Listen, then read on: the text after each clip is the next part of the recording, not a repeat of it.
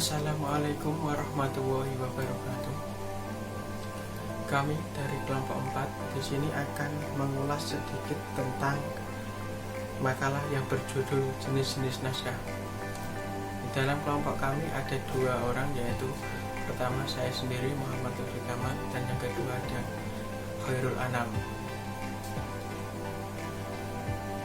Langsung saja pada pembahasan pertama, yaitu pengertian naskah.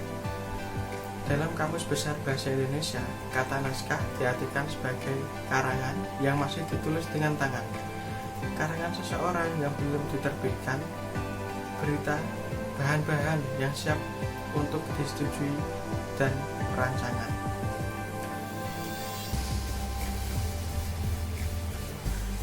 Padanan kata naskah adalah al-muqtab yang didefinisikan sebagai al-kutub al-muktabah bil yad, buku yang dihasilkan melalui tulis tangan, dan manuskrip yang antara lain didefinisikan sebagai buku, dokumen, atau komposisi yang lain yang ditulis tangan. Meski akan dibahas secara khusus di bawah, perhatikan sejak awal kata naskah atau manuskrip harus dibedakan dengan teks. Membedakan naskah dengan teks juga akan sangat berguna ketika menyusun sebuah katalog naskah.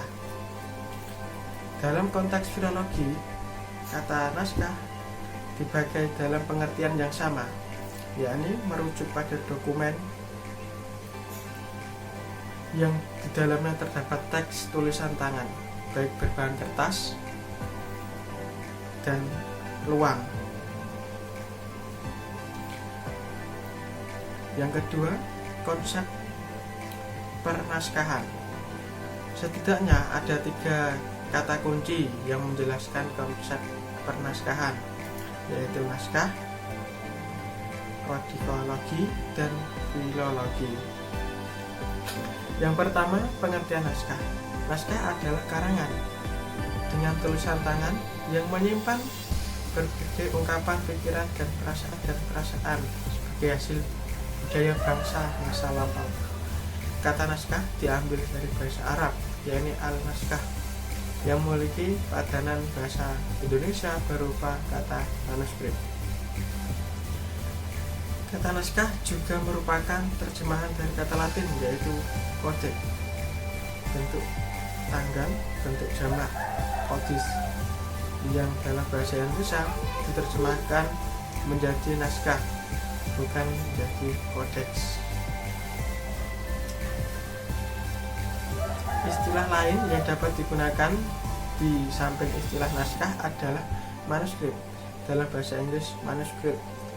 Kata manuskrip diambil dari ungkapan Latin codis manuscripti, artinya buku-buku yang ditulis dengan tangan.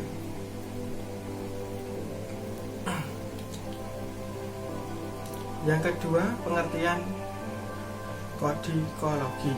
Menurut Hermans, istilah kodikologi diusulkan oleh seorang ahli bahasa Yunani, Alphonse Dain, dalam kuliahnya di École Normale Supérieure Paris.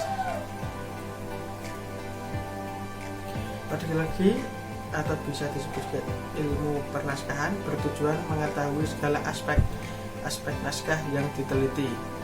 Aspek-aspek tersebut adalah aspek di luar isi kandungan naskah tentunya.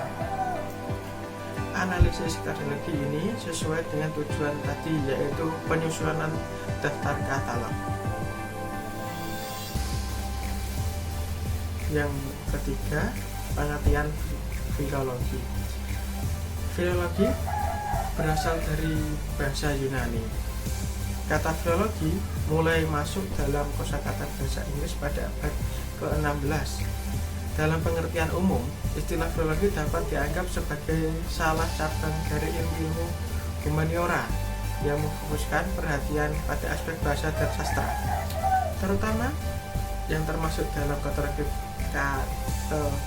bahasa dan sastra klasik. filologi terkadang juga dihubungkan dengan metode kajian teks yang disebut Wigger Christinus, yakni sebuah metode telaah teks yang bertujuan untuk memverifikasi kebenaran nama pengarang, tanggal penulisan, dan asal-usul teks. Baik, selanjutnya akan disampaikan oleh Mas Khairul Anam.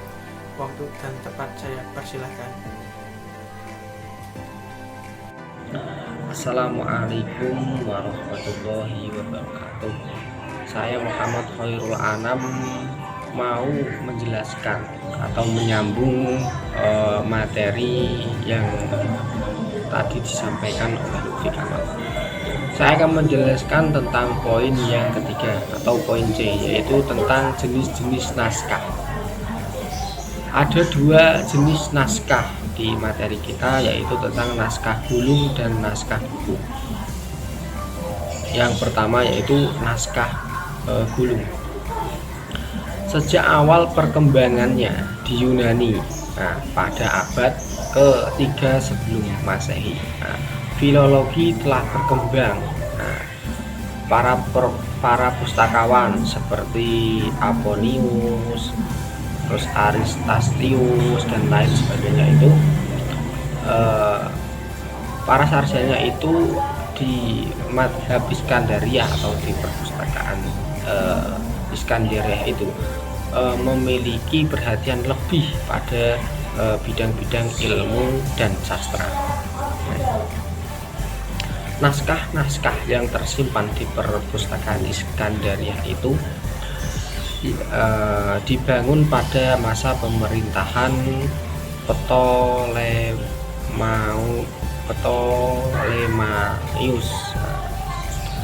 pada abad 367 sebelum Masehi atau sekitar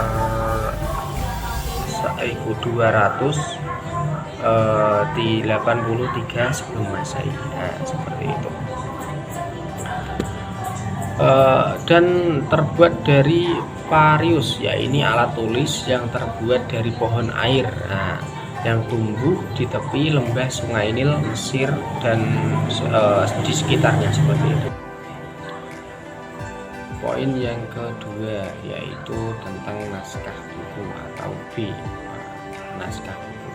Pada masa ini bentuk naskah yang diakses tidak lagi berupa gulungan atau rol, melainkan dalam bentuk bundel buku, seperti itu. Secara perlahan dan bertahap, naskah rol mulai lenyap dan tidak diproduksi lagi, terutama karena adanya kebijaksanaan penguasa papirus, gulungan, melainkan kertas permanen. Bentuk buku menulis dokumen-dokumen resmi tidak lagi menggunakan buek Romawi kenegaraan. Naskah buku tentu saja memiliki keunggulan lebih dibandingkan naskah gulungan. Selain lebih kokoh, lebih luas, juga lebih mudah digunakan sebagai referensi. Perubahan teknologi naskah dari rol ke buku, dari gulungan ke buku, secara perlahan tapi juga memberikan implikasi selain dan memediakan sejumlah teks dari media lama ke media yang baru, seperti itu.